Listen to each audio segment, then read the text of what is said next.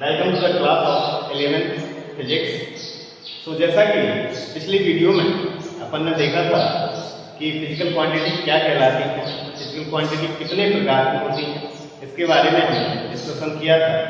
आइए अब जानते हैं कि जो फिजिकल क्वांटिटी होती है उनकी डायमेंशन को हम किस प्रकार से फाइंड करते हैं या डायमेंशन क्या कहलाता है। तो सबसे पहले तो आपको डायमेंशन की परिभाषा ही समझनी है कि जो आपने अभी तक फिजिकल क्वांटिटी पढ़ी है, जो भी आपने डायरेक्ट क्वांटिटी पढ़ी है, उनके लिए हमें कुछ सिंबल की सहायता से हम विमाएं निकालते हैं।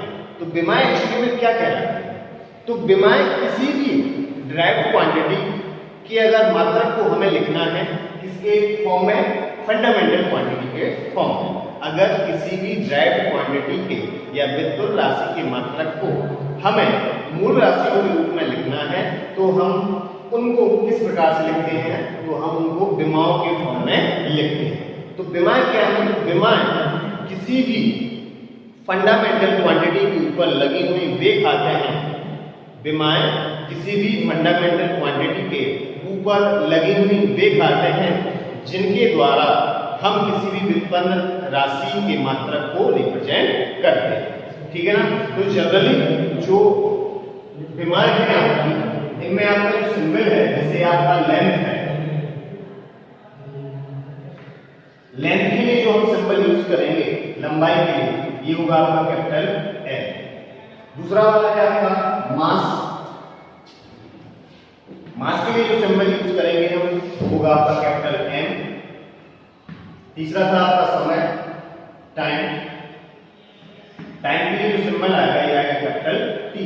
जनरली पूरी फिजिक्स में हम इन तीनों क्वांटिटी में हर एक डायरेक्ट क्वांटिटी की विमा निकालते हैं। कभी कभी हमें टेम्परेचर की भी जरूरत पड़ती है, तो टेम्परेचर के लिए हम थीटा से रिप्रेजेंट करते हैं, मतलब थीटा के ऊपर हम पावर्स लगाएंगे। और करंट के लिए, इलेक्ट्रिक करंट के लिए अगर हमें यूज करनी है तो वो हम कैपिटल ए यूज करेंगे। तो इन जो आपकी फंडामेंटल क्वांटिटी है, इन फंडामेंटल क्वांटिटी के ऊपर पावर्स लगेंगे, वही पावर्स होंगी, वो पावर्स ही उस डायरेक्ट क्वांटिटी की क्या कहलाएंगी? आपकी विमाएं कहलाएंगी। तो अब देखते हैं हम कैसे हम निकालते हैं। तो जैसे हमने सबसे पहले एक क्वांटिटी ए लिया, क्षेत्रफल, तो क्षेत्रफल की डायमेंशन हमें निकालना है। तो किसी भी क्वांटिटी की आपको डायमेंशन निकालना है तो अगर आपके पास उसका फॉर्मूला है, अगर आपको उसका फॉर्मूला आता है तो आप उस फॉर्मूले की सहायता से आसानी से उसकी विमा निकाल सकते हैं। तो क्षेत्रफल के लिए जैसे हमें पता है कि ये होता है लंबाई इनटू चौड़ाई। अब आपको पता है कि लंबाई को टाइम मेजर करते हैं, लंबाई लेंथ है, इसे मीटर में इसका जो मात्रक होता है मीटर है, चौड़ाई भी आपकी लेंथ की है, इसको भी हम मीटर में ही मापते हैं। तो अगर हम क्षेत्रफल की विमा लिखना चाहें तो लेंथ के लिए क्या आएगा? Capital L. तो ये इसको हम इस प्रकार से capital L into capital L. तो क्षेत्रफल की जो डायमेंशन होगी वो कुछ इस प्रकार से होगी एल स्क्वायर।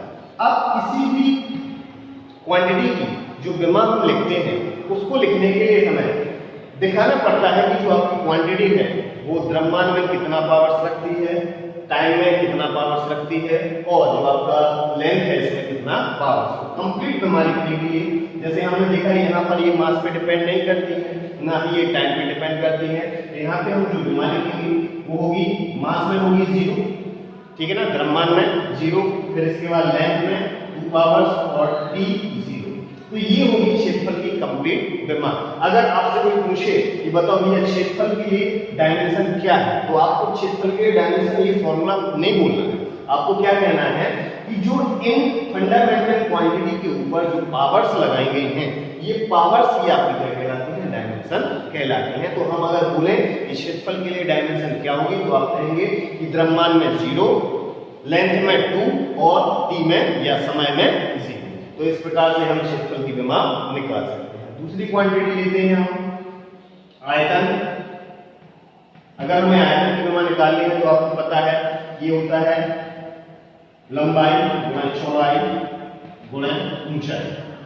तो इसमें भी आपने देखा कि जो आयतन है वो किस पे डिपेंड कर रहा है, वो लेंथ पे डिपेंड करता है। तो इसका अगर हम विमा निकालना चाहें तो आएगा एल और एल। इस प्रकार से अगर हम कहें तो हो जाएगा एल की पावर 3। और अगर कंप्लीट विमा हम लिखना चाहें, इसलिए कंप्लीट विमा लिखने के लिए फिर से हमने देखा कि क्या ये द्रव्यमान पे डिपेंड करता है। तो यहाँ पे देखने से पता चल रहा है कि ये द्रव्यमान पे डिपेंड नहीं करता है। तो जो आपका मास का पावर आएगा, द्रव्यमान की पावर 0 आएगी, एल की पावर आपकी 3 है और टी की पावर आपकी क्या आएगी 0। ये आयतन की क्या होगी कंप्लीट विमा। तो अगर हम आपसे पूछे तो ये बताओ आयतन के लिए डायमेंशन क्या होंगे, विमाएं क्या होंगी, तो आप कहेंगे जो आयतन है वो द्रव्यमान की पावर 0 है, लेंथ की पावर 3 पे डिपेंड करता है और समय की पावर 0 पे डिपेंड करता है। इसके बाद अगली जो हम देखते हैं, अगली जैसे आपने ले ली क्वांटिटी वेग। तो आपको पता है कि वेग क्या होता है, विस्थापन बटे समय। तो विस्थापन को क्या में मेजर करते हैं, लेंथ है, तो इसे हम कैपिटल एल से डिनोट करेंगे और समय आपको पता है, समय आपका टी है, इसे हम कैपिटल टी से रिप्रेजेंट करेंगे। तो इस प्रकार से अगर हम वेग की विमा लिखेंगे तो ये क्या आएगी एल टी की पावर -1। अब इसमें तो किसी को दिक्कत होगी नहीं कि ये टी की पावर -1 क्यों आया। ये आपको पता होगा कि जब भी कोई भी पावर्स को हम नीचे से ऊपर ले जाएं तो उसका जो साइन होता है वो चेंज हो जाता है। तो वेग के लिए हम लिख सकते हैं टी की पावर -1, याद भी कर सकते हैं। और अगर इसकी कंप्लीट विमा लिखें तो एल की पावर 0, एल टी की पावर -1। तो ये आपकी वेग की विमा हो गई। इसके बाद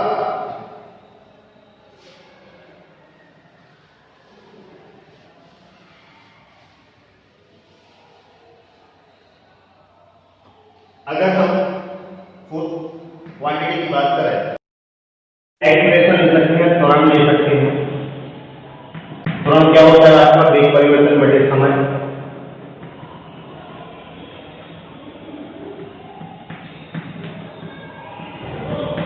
तो वेग परिवर्तन के लिए आपको वेग की विमा लगानी पड़ेगी और वेग की विमा निकालने के लिए विस्थापन बटे समय। तो आपसे इतना कहूंगा कि वेग की जो विमा है ये आपको याद करनी है, मतलब ये आपको बहुत कंपलसरी है। मतलब जितनी भी आप आगे क्वांटिटी की डायमेंशन निकालते जाएंगे वहां पे आपको ये विमा आपको जरूर याद करनी पड़ेगी। और अगर याद करें तो सिंपल सा फॉर्मूला आपको याद होगा तो आप वहां से भी आसानी से निकाल सकते हैं। तो यहाँ पे अगर हम निकालना चाहें तो वेग की हम डायरेक्ट विमा लिख सकते हैं, क्या होगी एल की पावर -1 अपॉन समय के लिए फिर से क्या आ जाएगा टी आ जाएगा। तो अगर हम इसको कंप्लीट करते हैं तो ये आएगी एल टी की पावर -, और अगर इसकी कंप्लीट फॉर्म में अगर हमें लिखना है तो ये मास की पावर 0 पे डिपेंड करता है, एल की पावर 1 पे और टी की पावर -2 पे डिपेंड करता है। तो ये इसकी विमा होगी आपकी त्वरण की विमा। तो कहने का मतलब क्या है कि डायमेंशन क्या है, डायमेंशन आर द पावर, ठीक है ना, जिनको हम फंडामेंटल क्वांटिटी के ऊपर लगाते हैं ताकि अगर हमें किसी भी डायरेक्ट क्वांटिटी के मात्रक को व्यक्त करना है। अब इसकी सहायता से आप मात्रक भी निकाल सकते हैं। जैसे आपने पढ़ा जो वेग का मात्रक होता है वो क्या होता है मीटर पर, वेग का जो मात्रक होता है क्या होता है मीटर पर सेकंड। तो यहाँ से आपने देखा कि जो लेंथ है उसको काय में मेजर करते हैं मीटर में, और जो आपका समय है सेकंड में मेजर करते हैं सेकंड में। तो यहाँ से हम निकाल सकते हैं कि मीटर पर सेकंड। अगर आपसे पूछा जाए कि त्वरण का जो मात्रक होता है वो क्या होता है, त्वरण का मात्रक क्या होगा मीटर पर सेकंड स्क्वायर। तो कहने का मतलब है किसी भी ड्राइव क्वांटिटी या व्युत्पन्न राशि के मात्रक को हमें अगर फंडामेंटल क्वांटिटी मींस मूल राशि के रूप में रिप्रेजेंट करना है उसके लिए हम विमाओं का उपयोग करते हैं। और विमाएं क्या कहलाती हैं, विमाएं ये जो पावर्स लगी होती हैं फंडामेंटल क्वांटिटी यानी मूल राशियों के ऊपर जो घातें लगी होती हैं वही घातें आपको क्या कहलाती हैं, विमाएं कहलाती हैं। एक और क्वांटिटी देखते हैं हम, बल पड़ा हुआ सब F बराबर m/a मास द्रव्यमान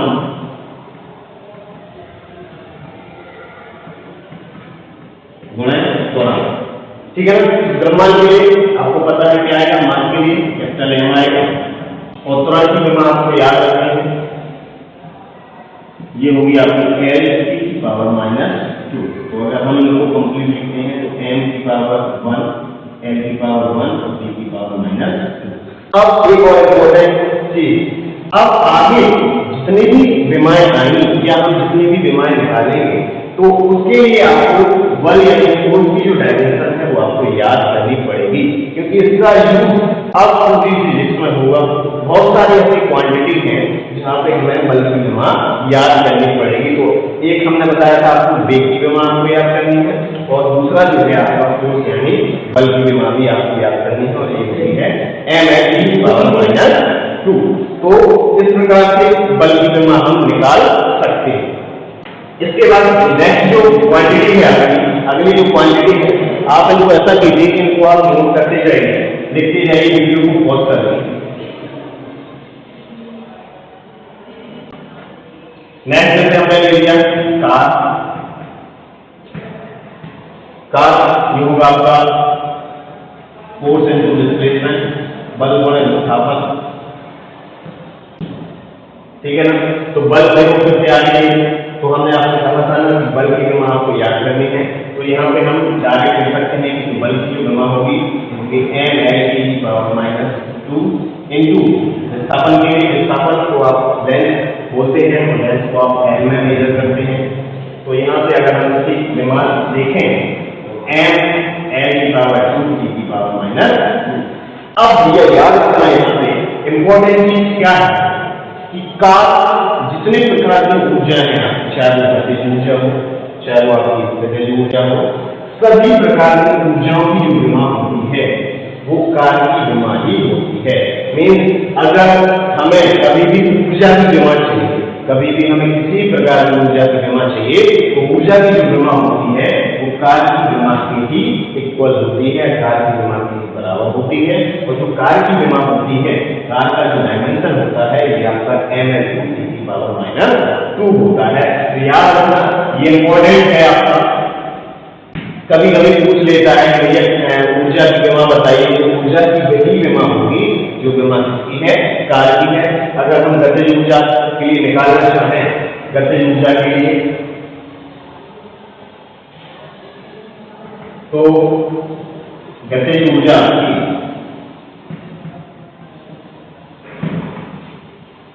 ये होगी आपकी 12 mv²।